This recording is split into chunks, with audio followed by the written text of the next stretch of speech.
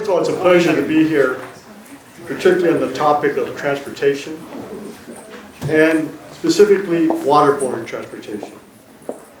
Now, many of you may not be too familiar with the San Pedro Bay ports, which consist of both the Port of Long Beach and the Port of Los Angeles, but it's the largest container port complex in the United States, by far. Lately, you probably have heard about the ports as it relates to the tariff policy discussions, during COVID-19, the supply chain disruption. And I think what I'd like to leave you with is how important these ports are.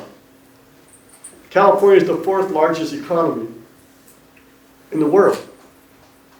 It is not solely because of Silicon Valley. International trade is a big part of that GDP, both at the state and the national level.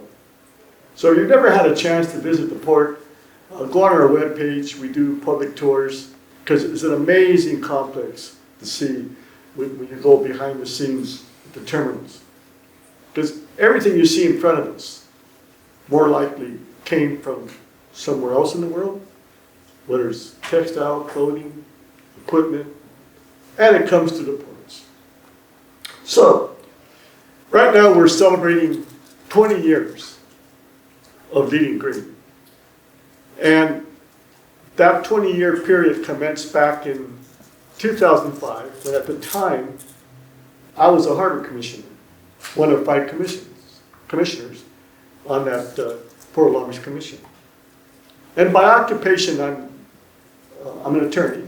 And at that time, I was practicing law. I'm still a licensed attorney.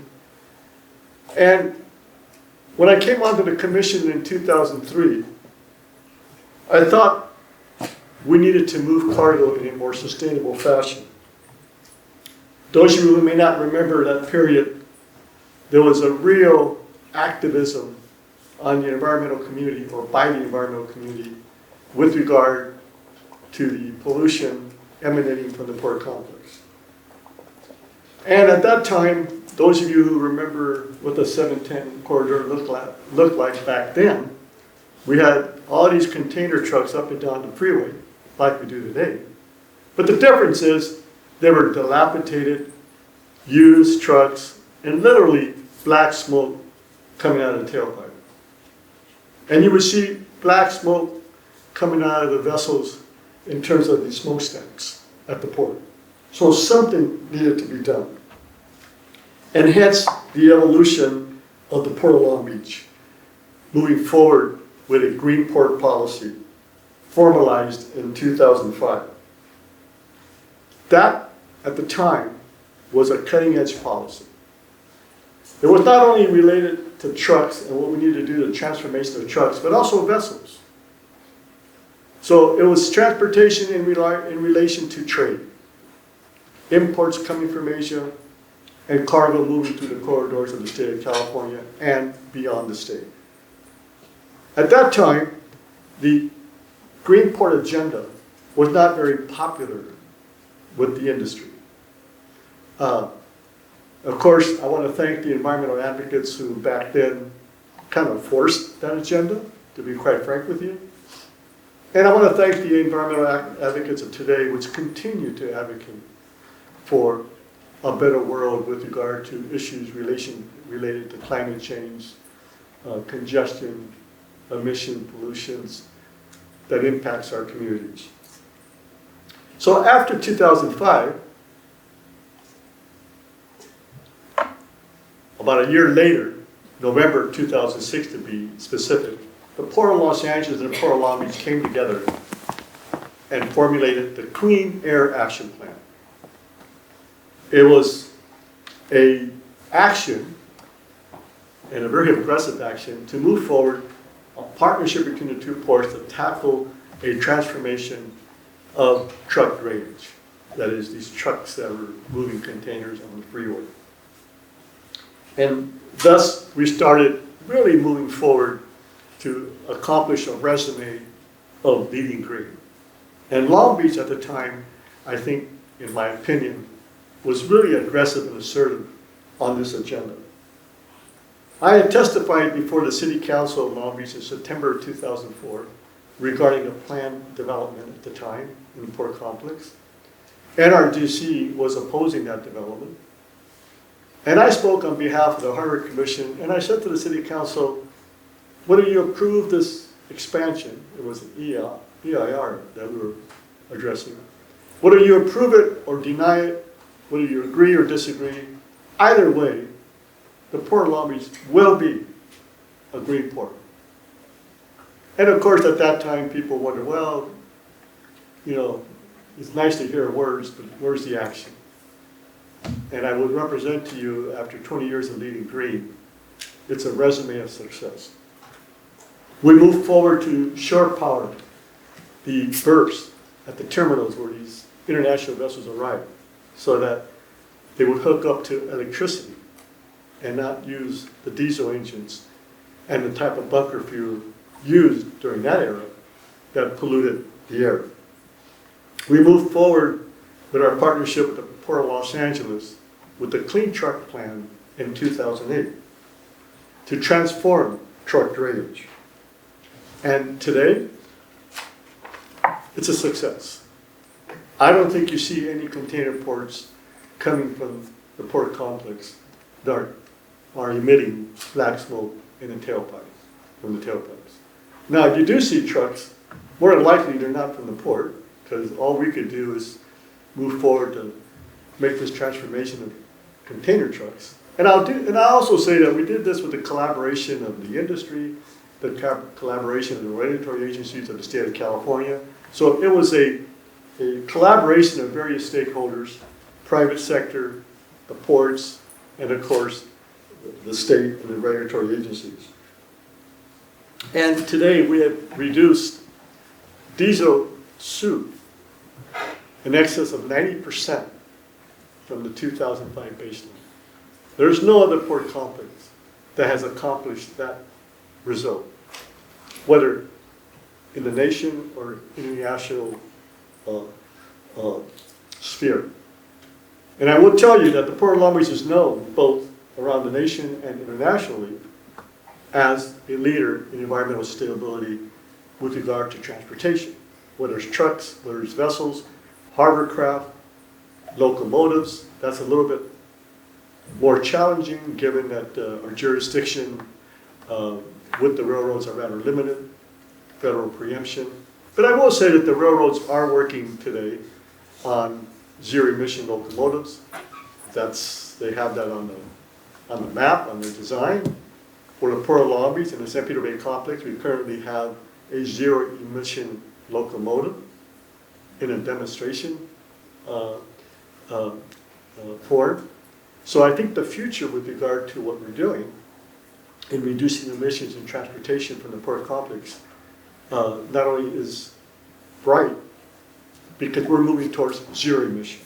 Which brings me to the current era of the updated plan of the 2006 Clean Action Plan. When I came to the port in this position as CEO in the spring of 2017, we moved forward again with the Port of LA to update that Clean Action Plan, and that was formally introduced in November of 2017. And that plan was not about reducing emissions. It was about eradicating harmful emissions. It was a goal and a quest to move to zero emissions. By 2030, our hope is that we move towards 100% cargo handling equipment that are zero emission. And by 2035, all drayage trucks would be zero emission, either electric or hydrogen fuel derivative. So that's our goal, excuse me. And I will say, at the current time, the Port of Long Beach, we have about 23% of all cargo handling equipment at the Port of Long Beach is zero emission. It's still a low percentile. However, it's the largest percentile of any port in the country. I think one of the reasons I like to, one of the talking points I like to say to my environmental friends, it takes a while for technology to take place and address this whole zero emission electrification quest. Not only does it take time, it takes money. So we need a little bit of delayed gratification with regard to our accomplished goals, but we are on track. And however you measure it, we are certainly far above any other container gateway in the country. Now, what we've been able to do so far is we've collected from the clean truck rate that was implemented back in April of 2022, $10 a TEU container. We've put that into a fund to assist the trucking companies and truck owners to transition to electric trucks. And that fund right now is about 132 million. So we are in the course of providing incentives for truck drivers or truck owners to get rid of that diesel combustible engine and move forward to buy an electric truck or a hydrogen fuel truck. Now, I will admit these electric trucks are very expensive, and we only have about 600 zero-emission trucks in the port complex today. That's a very low percentile, given that we have about 16,000 truck moves a day. Now, I do believe that by 2035, we'll certainly get to that goal of 100% transformation or transition to zero-emission trucks. So, stay tuned for continued progress in this transformation. And if I could kind of make an analogy of the difficulty in terms of doing this overnight, how many zero-emission cars do we have among the commuters today in the nation? It's a very low single digit. In fact, California leads in terms of percentile, and that percentile is around 10%, 9%. And there's challenges. Charging infrastructure, the cost of these cars. Although I will say that the cost of buying an electric car today is a lot lower than even 5 years ago. But judge for yourself when you're out in the streets or in the corridors, how many of us drive electric trucks? Oh, excuse me, electric cars. So it's going to be a transition, it's going to take time. Now, I myself, in 2018, I leased a Honda Celebrity, 90-mile range.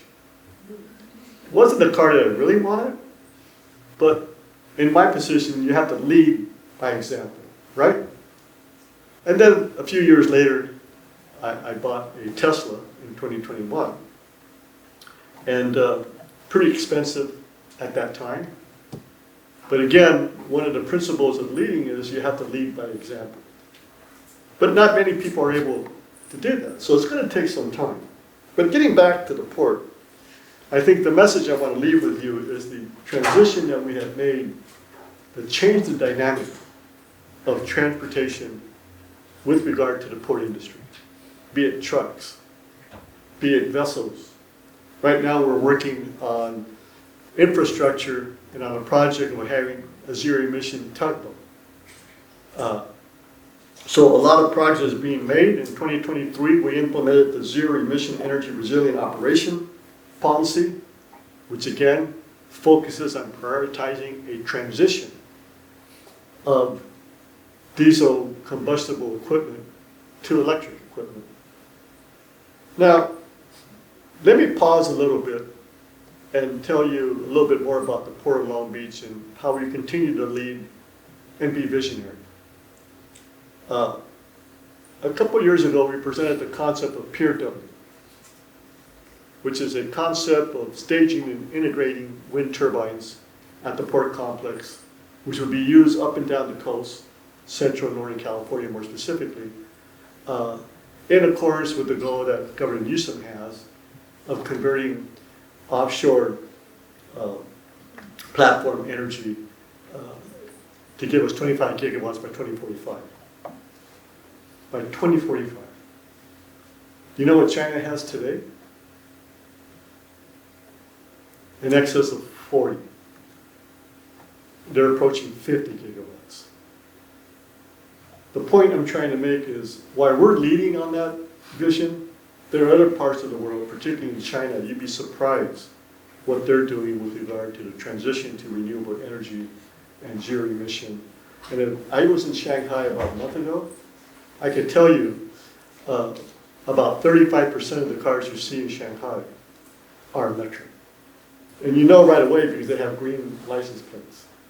And if in Shanghai, if you buy, in China, if you buy an electric car, you don't have to pay registration, license fee, zero. That's the incentive to get it. So I think the takeaway here is to, again, indicate that for the Port of Long Beach, we committed in 2005 to make this transition to be a green port. And today we are a green port. And tomorrow we will be a port of zero emission. Now, I'd like to end, and I want to make sure I don't go over my time here. A little over, it's okay. That'll be- Okay, so I'd like to end by talking a little bit about our investment in rail. Now again, if you're on the freeways, whether you're on Long Beach Freeway, the 60 or the 10, a lot of trucks you see with containers on them. We're trying to make a difference here by investing in rail, and right now we're investing $1.8 billion in the construction of the largest inner harbor rail facility in the country, of any port of the country. And to give you a context, currently we have 11 tracks in the current intermodal facility that we have at the Port of Long Beach. That's going to be expanded to 48. It will be a game changer. And the purpose is, and the objective is to put more containers on rail so they could leave the region by locomotive and have our input in decongesting the corridors. And more importantly, by that time, when this project is finished in 2032, I can tell you we're way in on an absolute transformation of diesel trucks to zero emission trucks. So I want to leave enough time for questions. Let me know the timeline because I don't have a clock in front Yeah, of we're me. a little over. We can maybe do one question. And again, let me also indicate, I mentioned my visit to Shanghai. I was there about a month ago to partake in the Green Corridor discussions. So for those who may doubt the progress that this industry has made, the international trade carriers, transportation carriers, let me tell you that today it's a reality that one of these ultra-large vessels that bring cargo to the West Coast can come here with essentially a zero or no net technology vessel. Now, we only have a couple, and I'm talking about green methanol, a transformation that will be made in the years to come to absolutely reduce emissions and decarbonize the trade route, the Trans-Pacific trade route that is from China, Asia, to the West Coast of the United States. Now, that is a monumental milestone. China today is able now to produce green methanol at the port of Shanghai. It's a beginning, but I will tell you this, the challenge, for the most part, that fuel will cost you about $1,400 a metric ton, dollars. If you use low sulfur diesel, it's about $490. So if you're running a business, what are you going to do? But the important is, it's starting to move at scale, and that cost will be reduced. So, in conclusion, I talked a lot about the sustainability and Long Beach being a green port, but I believe we're the #1 port for the following reason, using 3 metrics. Not only do we move cargo, we move it in a sustainable way through our green port policy, and third, we give back to the community. $65 million in a 10-year commitment that we made. That's more than any other port in the country. And I'm talking about what we're doing with our nonprofits, our community grants in Long Beach, our workforce development partnerships with the school districts and academia. So I encourage you to visit the Port of Long Beach so at least you have a bird's eye view, so to speak, of this cleanest port in the country. And again, there's much more to come in terms of the agenda of what we're doing, our quest to zero. And I want to thank all of you who are trying to make a difference in transportation, not only to have public use transportation, decongest our streets, our freeways, our corridors, but do it in a way that we reduce emissions in the transportation arena. So thank you again for listening, and but more importantly, thank you for your engagement, because you are the next generation that's going to raise it to a whole higher level.